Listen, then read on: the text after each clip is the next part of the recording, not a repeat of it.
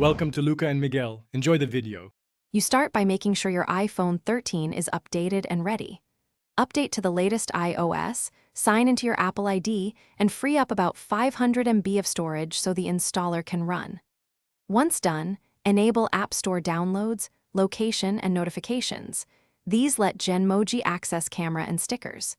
If you use screen time, temporarily allow app installs. This prep reduces friction and keeps permissions clear before you download Genmoji and proceed to the install step. Now download Genmoji from the App Store and check the developer name to avoid clones. Tap Install, then open the app once it finishes. The app will request camera, microphone, and photos access. Grant those to enable avatar capture and sticker export. Next, create or sign into a Genmoji account, linking with Apple ID speeds verification. Follow the avatar scan prompt.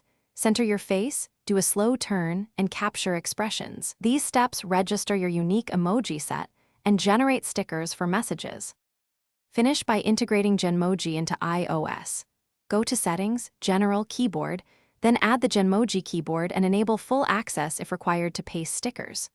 Open Messages, tap the keyboard globe, and select Genmoji to test stickers and animated emojis. If something fails, reboot your iPhone, reinstall Genmoji, or reset app privacy permissions in Settings to reprompt access requests. If account sync fails, sign out and back in. That usually resolves token and permission hiccups quickly. Thanks for watching and please subscribe. It's the best investment you'll ever make.